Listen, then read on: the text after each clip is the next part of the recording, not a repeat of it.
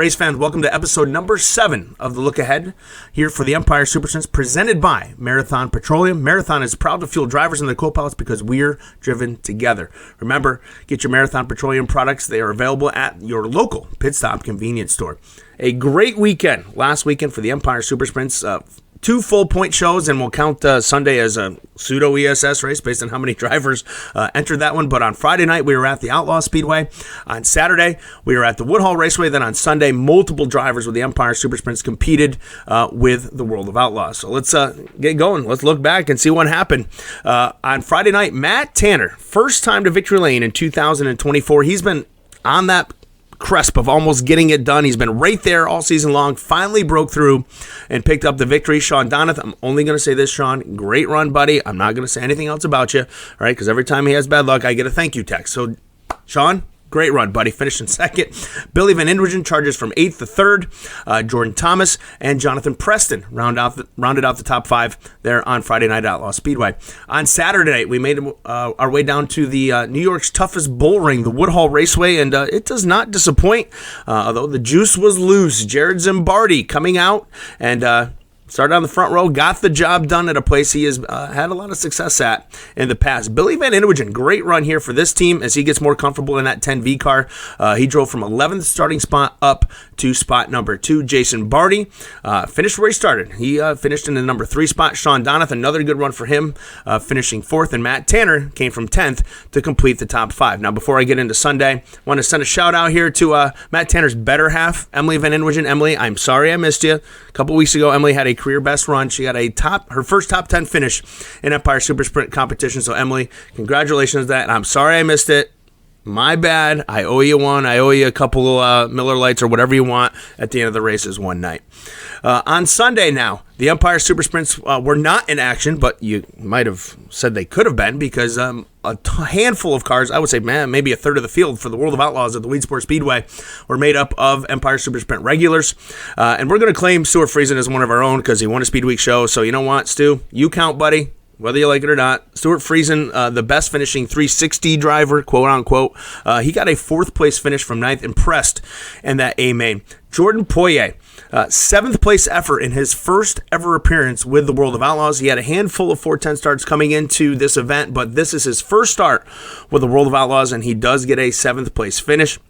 And if you'd like to see what Jordan had to say about that, check out DirtTrackDigest.com. I did a notebook story where I talked to David Gravel, Sheldon Haudenschild, Jordan Poirier, and Larry White about their nights. So check it out again, DirtTrackDigest.com. And speaking of Larry White, tough start to the night. They missed their time trial lap. They're supposed to go out first and missed that.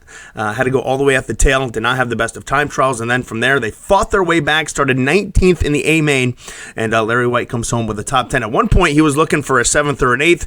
A great battle there between Jordan Thomas, Larry White, and Jordan Poirier, though they were all right together throughout that A main. And speaking of Jordan Thomas, he finished 13th. Billy V, Jonathan Preston, Matt Farnham, Dalton Rombo, Logan Crisafulli also made the show, as did Davey Franick and Danny Varon. And both those last 2 drivers, tough night, guys, and good to see everybody walk away unharmed.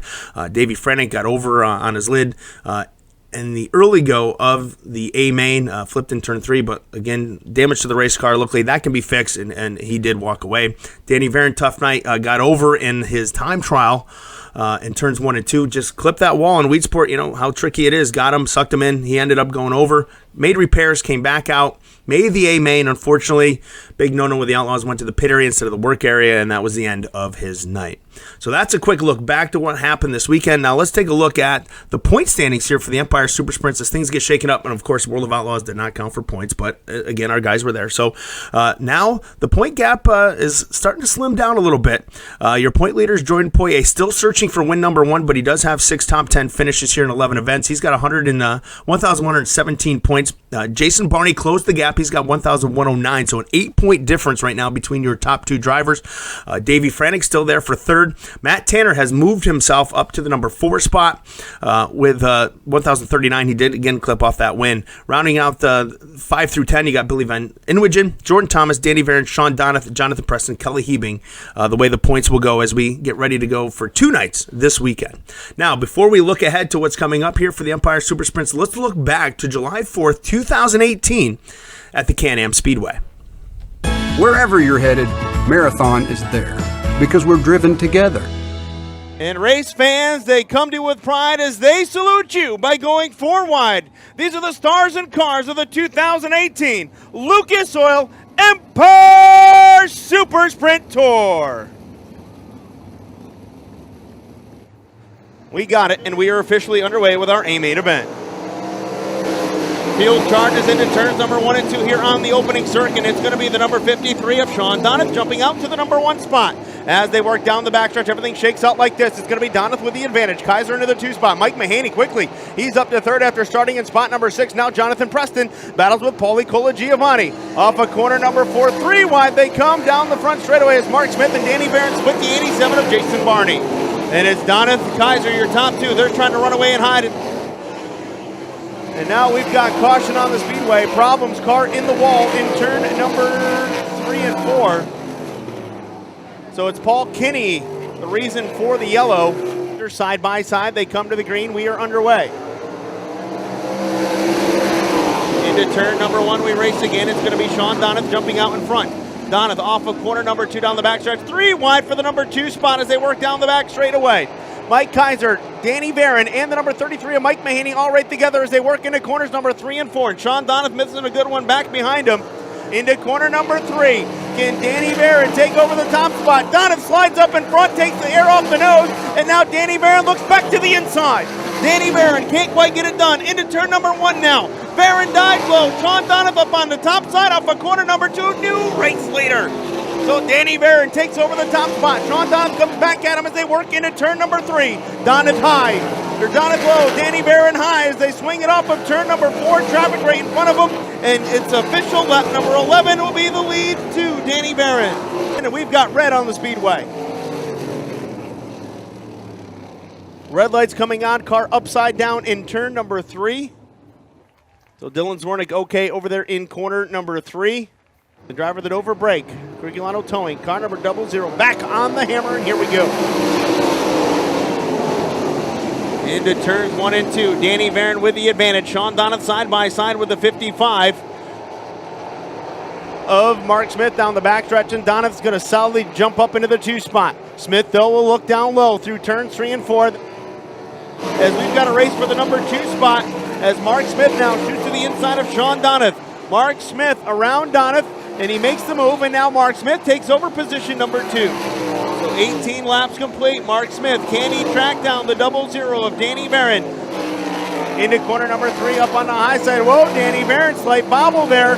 He got way up over the cushion, and here comes the 55 of Mark Smith. Now the 53 of Sean Donath to the inside. Into turn number 1. Donath back to the number 2 spot as he goes by Mark Smith. So Smith wants Danny Barron bobble. That cost him as now he loses ground as Donath goes on by him. Into corners number 3 and 4. Donath closing in on the 00 machine. 3-car battle for the lead off of corner number 4. New leader at the line with 2 laps to go at Sean Donath. So Sean Donath through turns 3 and 4 takes the lead off of corner number 2. Danny Barron battling him down the back straightaway. Into corner number 3 side by side. They go into turn 3. Into corner number 4 now. Danny Barron works the bottom. Sean Donath right there. Here comes Mark Smith on the inside as they come to the white flag. 1 lap to go into turn number 1. Donath's got the advantage. Danny Barron right there off of corner number 2. Final time down the backstretch. Huge run by Danny Barron. Barron to the inside. Donath on the outside. Side by side they come through turn 3 and 4. Donath jumps the cushion. Danny Barron with the win. Smith second. Donath third. Poirier fourth. Colagiovanni finishes in 5th. Here he is, race fans. He is taking it up to the wing. Give him a round of applause. Your A-Main feature winner, Danny Barron. Wherever you're headed, Marathon is there because we're driven together. Well, there was a great look back to 2018 with a great battle between Danny Barron, Sean Donath, and Mark Smith. And again, I would expect more of the same this season from Can-Am on Friday night. You know, Dirt Track Digest TV has the coverage there each and every Friday. And the 358 modified racing has been spectacular this year. There's been tons of passing guys coming from the back of the pack, making their way up through. So I'd expect the same kind of racetrack for Friday night's event. For those looking to go Friday night, adult general admission just $25. Student general admission ages 5 to 17, $10. The pit area is going to be $45. Race time is scheduled for 7 p.m. If you can't make it, I would prefer you go, but if you can't, you can watch it on Dirt Track Digest TV for just $27.99. Now, this is our first event in 2024 at Can-Am Speedway. Mother Nature took care of our last one because that, of course, why not? Speed Week, the kickoff. You know what? Why not? Why not just rain out? So our last event came last June on the 28th, and it was Jordan Poirier during Speed Week picking up the win, and then it was Matt Tanner, a two-time winner in 2021 and 2022. So those are the two guys I'm going to kind of put the spotlight on here.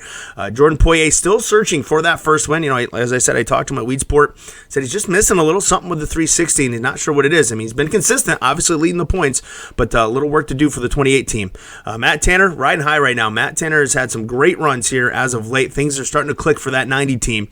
So expect him to be up front on Friday night. Someone else you might want to keep your eye on, and I never mentioned this guy's name on here, and that is Danny Varon. He is a two-time winner in events at Can-Am Speedway. He won back on the race you watched on July 4th, and he won again on August 10th at Can-Am Speedway. So Danny Varon, the 0-1, another guy, if he makes the toe, keep an eye on him. On Saturday night, we head north of the border for our first appearance at Brockville. We're supposed to be there earlier this season, and guess what? Wait for it, it rained out.